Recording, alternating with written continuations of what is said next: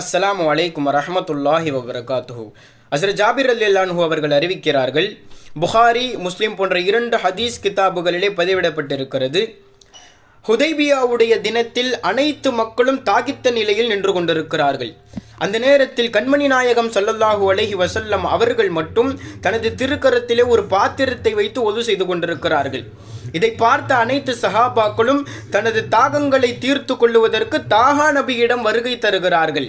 தனது பிரச்சனைகளை முறையிடுகிறார்கள். நபியே நாயகமே, உங்கள் திருக்கரத்திலே இருக்கக்கூடிய அந்த தண்ணீரை தவிர இந்த இடத்தில் எங்கள் அனைவருக்கும் வேறு தண்ணியே இல்லை நாயகமே என்று சொன்ன பொழுது நபிகள் நாயகம் ஸல்லல்லாஹு அலைஹி வஸல்லம் தனது பரக்கத்து நிறைந்த கரத்தை அந்த பாத்திரத்திலே வைக்கிறார்கள். ஃபஜஅலல் மாஉ யஃபூரு மின் பைனி அஸாபிஹி கம்ஸாலில் உயூன்.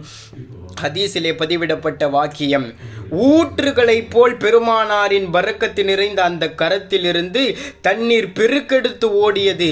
எந்த அளவிற்கு என்றால் ஃபஷரிபுனா ஃபதவல்லஅனா, எந்த அளவிற்கு என்றால் நாங்கள் ஒதுவும் செய்தோம், நீரும் அருந்தி தாகங்களை தீர்த்தும் கொண்டோம். லவ் குன்னாமி அதோ அல்ஃபின், நாங்கள் 1,00,000 நபர்களாக அந்த இடத்திலே இருந்தாலும் அந்த பெருமானாரின் கருத்திலே வரக்கூடிய நீர் போதுமானதாக இருந்திருக்கும் என்பதாக சஹாபாக்கள் அறிவிக்கிறார்கள்.